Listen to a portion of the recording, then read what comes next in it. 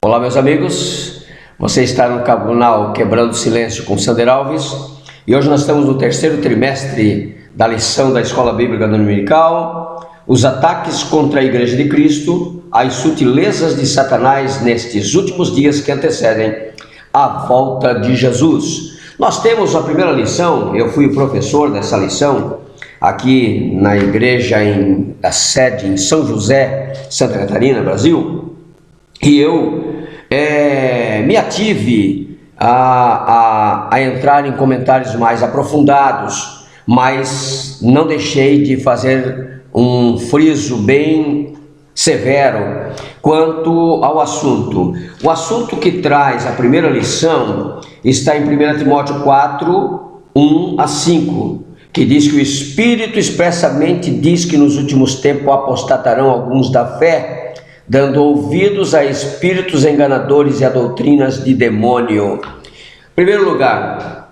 eu ouvi todos vocês na internet e todos falaram o ataque que a igreja sofre de fora para dentro.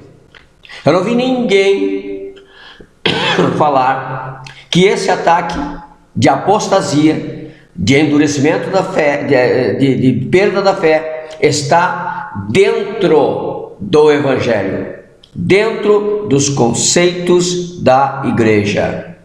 Apostatarão alguns da fé, e a doutrina, quem tem doutrina, são aqueles que se dizem mestres. Bom, muito bem. Eu li pelo menos 5 vezes 1 Timóteo para fazer essa lição. Sabe por quê? Porque você tem que ter um entendimento, irmão, daquilo que você está falando. Você está falando de heresias que se levantarão, que enfraquecerão, e você próprio está desfocando o assunto, levando para outro lado. Você tem que levar que o grande problema da igreja é a igreja própria. As grandes lutas que a igreja passará pelos desvios dos seus próprios conceitos. Se levantarão doutores, falsos ensinadores, apóstatas. E você, como professor, você tem que ter autoridade moral, espiritual, de conhecimento para falar isso. Quando você vai para 1 Timóteo, Paulo começa dizendo o seguinte: te preocupe com algumas pessoas que estão ensinando errado. Ele já começa lá no início, lá no primeiro capítulo, versículo 3, 4, ele já começa a dizer: volta e vai para lá porque estão ensinando bobagem. Não é ataque de fora para dentro, não é também intrapessoal, não, é ataque interno da igreja, dos líderes que estavam ali. Muito provavelmente esse assunto aqui diz respeito aos assuntos dos essênios, defendido pelos essênios, que defendiam que você não podia desfrutar de nenhum prazer mundano. Tudo que é do mundo é mundano. E aí Paulo precisou dizer que os manjares que Deus deixou para o nosso prazer. E de nós orando, santificamos tudo isso. E podemos nos alimentar. Tem a hora de jejuar. Jesus disse: como é que pode jejuar quando o dono da casa está aqui? Não, calma. Vocês terão tempo e oportunidade para jejuar. Então há um momento do jejum, mas há um momento de você também se alimentar bem com a sua família. Bote uma mesa, prepare a mesa. Eu estava aqui com a minha esposa há minutos atrás, nós estávamos com a mesa posta, e eu disse para ela: isso aí é vontade de mostrar que aquele momento é um momento realmente de passar, não é come aí qualquer coisa e vai-te embora. Não, estamos movendo um momento. Então, o assunto que Paulo nos traz na lição não deveria ser somente o tema, claro que as sutilezas de Satanás contra a igreja de Cristo, e então foi direcionado para mostrar outras lutas. E foi utilizado essa, que de sutileza não tinha nada, porque ninguém pode chegar na tua casa ou na tua igreja e dizer assim: de hoje em dia tu não pode mais casar. Não quero que coma isso. Isso não tem sutileza nenhuma. Isso é bem espontâneo, é bem forte, é bem firme, é bem... pá! Entendeu? Sutileza é quando você entra lá, sorrateiro, entendeu? Vai, não, isso aqui é aberto mesmo, é ensino, tá errado, tem que ser feito assim, não pode casar, não pode ter prazer, né? Há um equívoco que precisa ser combatido. Há vários equívocos, e eu botei na minha lição, naquele versículo de Paulo que diz assim: se o toque da trombeta for incerto, como é que poderemos nos preparar? Temos que nos preparar para saber. Então, falar de heresia, nós já precisamos focar a lição naquilo que ela realmente foi propositada para fazer. Porque senão nós próprios estamos distorcendo e aplicando esse assunto numa outra interpretação e num outro entendimento. O que é comum, depois de você então ter trazido todo o ensinamento daquilo ali, depois você pode, por conseguinte, fazer um paralelo de comparação. Só depois. Eu botei aqui que em defesa da fé, apostatarão da fé, doutrinas de demônios, espíritos enganadores. E ele lá, quando eu disse, diz assim no capítulo 1, versículo 3, admoestar a certas pessoas, a fim de que não ensine outra doutrina.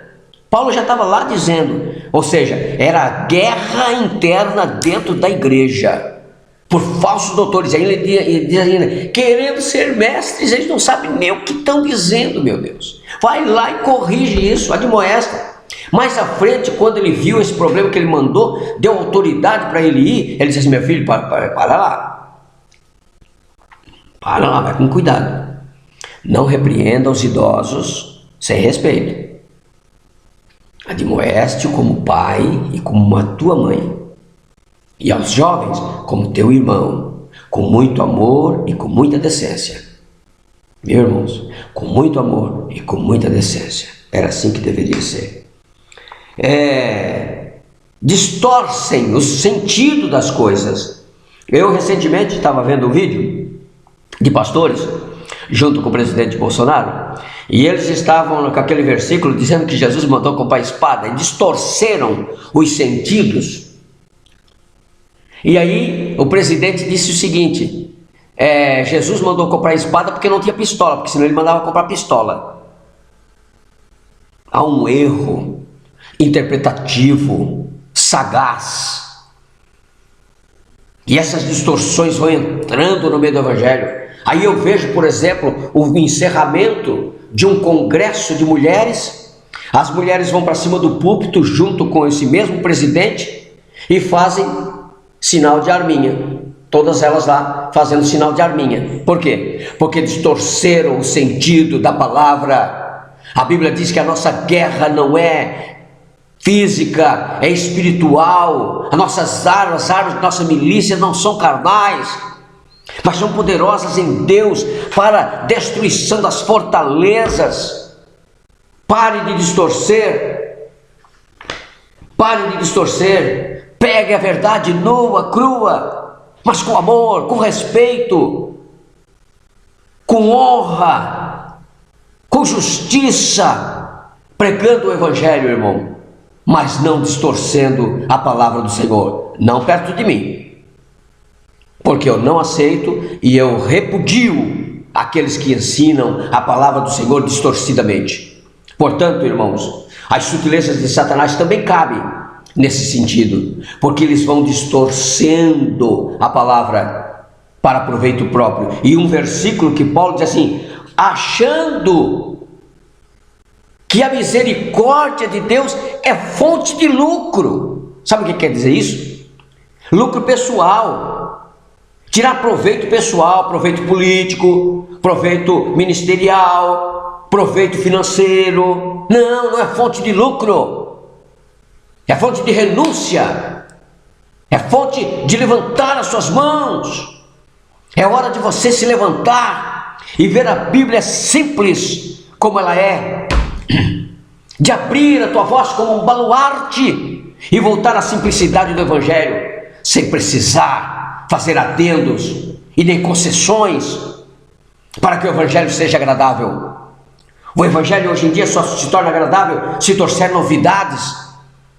Mas a novidade é: creia no Senhor Jesus e será salvo, tu e a tua casa.